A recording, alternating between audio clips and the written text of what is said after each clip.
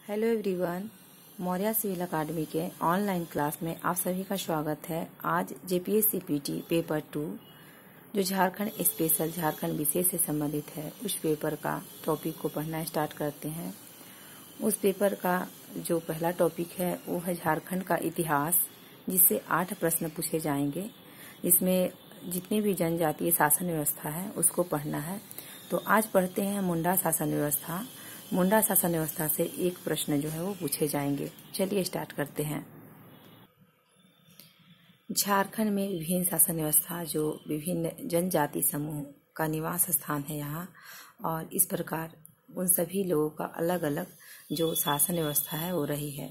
तो झारखंड जो है वो जनजाति बाहुल प्रदेश है और प्रत्येक जनजाति की अपनी सामाजिक, सांस्कृतिक विशेषता एवं प्रशासनिक व्यवस्थाएं रही है, और ये व्यवस्थाएं अतीत से वर्तमान तक जो है वो चली आ रही हैं। इनका महत्व तो आज भी इनके क्षेत्र में देखने को मिलता है। हालांकि ये शासन व्यवस्थाएं वर्तमान में जो स्टेट गवर्नमेंट और सेंट्रल गवर्नमेंट का जो व्यवस्था है और पंचायती व्यवस्था जो है, तो इस पंचायती व्यवस्था को आने से इनकी जो पौराणिक व्यवस्था थी, जनजाति व्यवस्था, इनमें जो है वो कमियां आई हैं, इनमें जो है बाधाएं उत्पन्न हुई हैं। तो चलिए आज जो स्टार्ट करते हैं वो है मुंडा शासन व्यवस्था। मुंडा झारखंड में कोलेरियन समूह की एक सशक्त और शक्तिशाली जनजाति है। इसे प्रजातीय दृष्टिकोण से प्रोटो ऑस्ट्रेलियाड समूह में रखा जाता है। तो इसमें 2 फैक्ट है यहाँ पे कि मुंडा झारखंड में कोलेरियन समूह का एक सशक्त जनजाति है, और ये जो है प्रजातीय दृष्टिकोण से प्रोटो ऑस्ट्रेलियाड समूह में इन्हें जो है वो मुंडा जनजाति को रखा गया है। इनके निवास स्थान के संबंध में जो है अनेक विद्वानों का भिन्न भिन्न मत है। तो चलिए आइए देखते हैं कि इनका निवास स्थान कौन सा रहा है।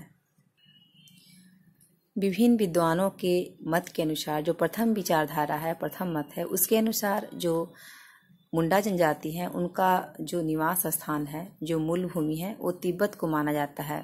जबकि दूसरी विचारधारा के अनुसार ये भारत के दक्षिण पश्चिम से चलकर आर्यों के दबाव में मध्य प्रदेश आए तथा बाद में झारखंड के क्षेत्र में इनका प्रवेश हुआ। और एक अन्य विचारधारा है इन दोनों के अलावा, वो है कि ये जो है वो भारत के दक्षिण पूर्वी भाग से झारखंड में प्रवेश किए और असुर जनजाति को पराजित कर उनके निवास स्थान झारखंड पर अधिपत्य स्थापित किया। वहाँ जो है वो अपना निवास स्थान को बनाया। जो असुर जनजाति जहाँ निवास करते थे उसी निवास स्थान को इन्होंने अपना जो है वो निवास स्थान बनाया।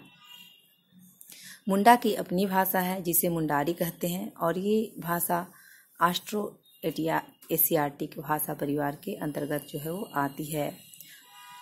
मुंडा अपनी भाषा को होडो जगर कहते हैं, और ये जनजाति मुख्य रूप से झारखंड के कहाँ पाए जाते हैं। तो ये है रांची, खुट्टी, हजारीबाग, गुमला, सिमडेगा, गिरिडीह, सिंहभूम तथा संथाल परगना। तो यहाँ पे जो इम्पोर्टेंट फैक्ट है उसको जो है रिपीट करते चलेंगे। तो मुंडा की जो अपनी भाषा है उसे क्या कहते हैं, तो मुंडारी कहते हैं। और ये भाषा कौन से भाषा परिवार से आती है, तो ऑस्ट्रो एशियाटिक जो भाषा परिवार है उसके अंतर्गत जो है वो मुंडारी भाषा जो है वो आती है।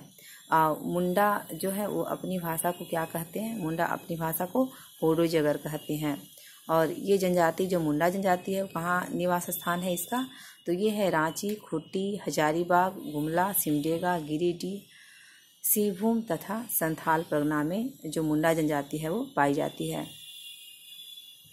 मुंडा गांव में 3 विशेष स्थल हैं। कौन कौन से स्थल हैं, तो ये है सरना, अखड़ा और शासन। मुंडा जनजाति के 3 विशेष स्थल कौन कौन से हैं, सरना, अखड़ा और शासन। तो कौन कौन से स्थान है ये, तो सरना वैसा स्थल जहाँ पे उनके ग्राम देवता हैं वो निवास करते हैं। अखड़ा जहाँ पंचायत की बैठक होती है और रात्रि में युवक युवतियाँ जो है वहाँ पे एकत्र होकर नाचते गाते हैं। और तीसरा जो विशेष स्थल है वो है शासन, जो समाधि स्थल है जहाँ शवों को दफनाया जाता है और समाधि स्थल पर पत्थर के सील रखे जाते हैं, जिसे शासन दीरी जो है वो कहा जाता है। मुंडा जो है वो जनजाति गांव में जो है युवागिरी, जो मुंडा जनजाति है इनके गांव में युवागिरी को गितियोड़ा जो है वो कहा जाता है। तो ये भी इम्पोर्टेंट है, बहुत ही इम्पोर्टेंट है कि गितियोड़ा क्या है, तो मुंडा जनजाति के युवागिरी को गितियोड़ा कहा जाता है। और जो इम्पोर्टेंट है, मोस्ट इम्पोर्टेंट जो एग्जाम में पूछे जाएंगे वो है इसके शासन व्यवस्था से, मुंडा के शासन व्यवस्था से। तो पढ़ा पंचायत शासन व्यवस्था, मुंडा की शासन व्यवस्था, पढ़ा पंचायत शासन व्यवस्था को पढ़ते हैं। पढ़ा पंचायत शासन व्यवस्था। झारखंड क्षेत्र में जब मुंडाओं का प्रवेश हुआ तो वे आजीविका के लिए वनों को साफ सुथरा कर कृषि कार्य करने लगे और अस्थायी निवास के रूप में स्थापित हुए।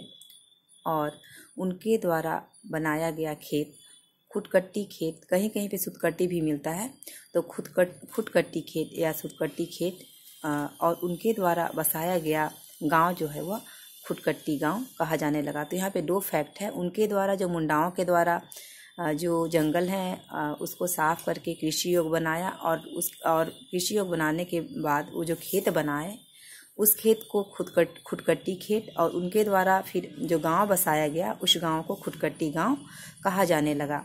तो पीटी में यहीं से क्वेश्चन जो है वो 6 JPSC में पूछा था कि मुंडाओं द्वारा बसाया गया गांव को क्या कहा जाता है, और ऑप्शन में था खुटकट्टी गांव। तो ये इसी फैक्ट को याद रखना है। खेत बनाने वाले क्या कहलाते थे, जो जंगल को काट करके और साफ करके जो खेत बनाते थे उन्हें खुटकट्टीदार कहा जाता था। और खुट का अर्थ क्या है, तो खुट का अर्थ जो है एक परिवार से होता है। यह कहा जाता है कि उस समय प्रशासनिक व्यवस्था खुटकट्टीदार व्यवस्था थी। तो उस समय की जो प्रशासन व्यवस्था थी वो खुटकट्टीदार व्यवस्था थी, और इस व्यवस्था में प्रत्येक खुट अपने जंगल और जमीन का मालिक होता था।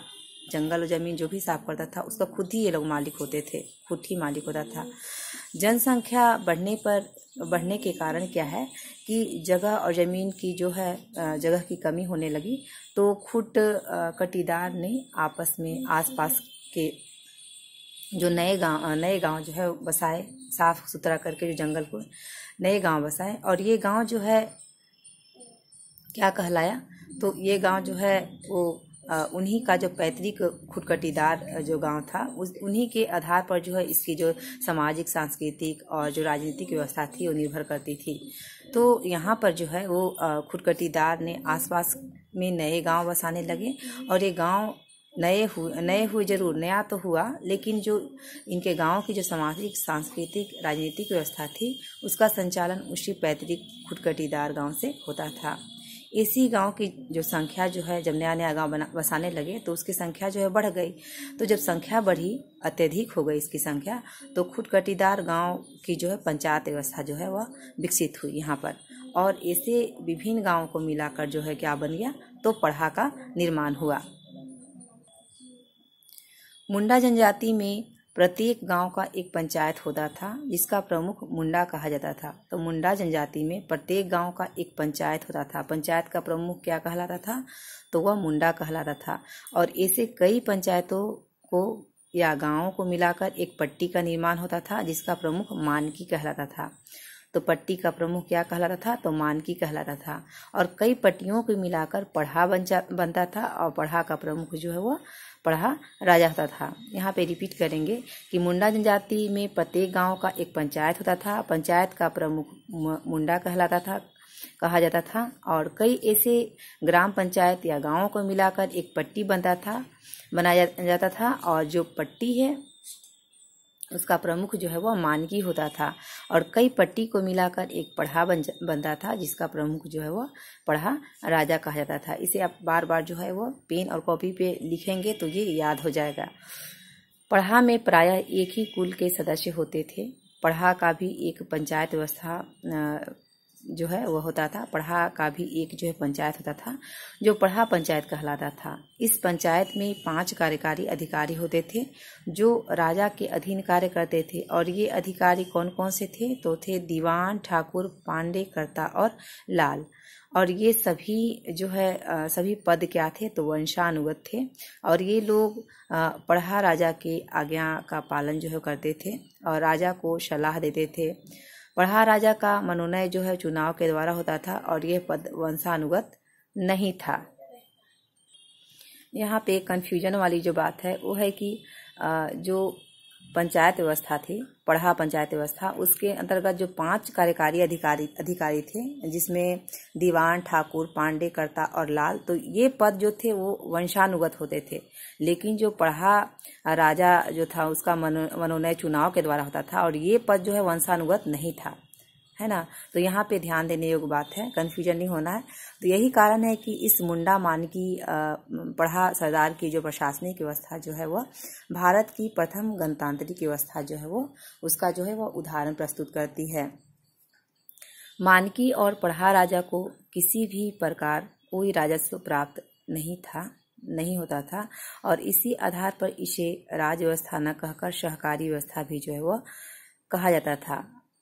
पहड़ा पंचायत द्वारा सीमा विवाद, आपसी झगड़े का निपटारा तथा अन्य विवादों को सुलझाया जाता था, और यह मुंडा का सर्वोच्च न्यायपालिका, कार्यपालिका और विधायिका माना जाता था। तो पढ़ा पंचायत जो है वो मुंडा शासन व्यवस्था में सर्वोच्च जो है न्यायपालिका, कार्यपालिका और विधायिका माना जाता था।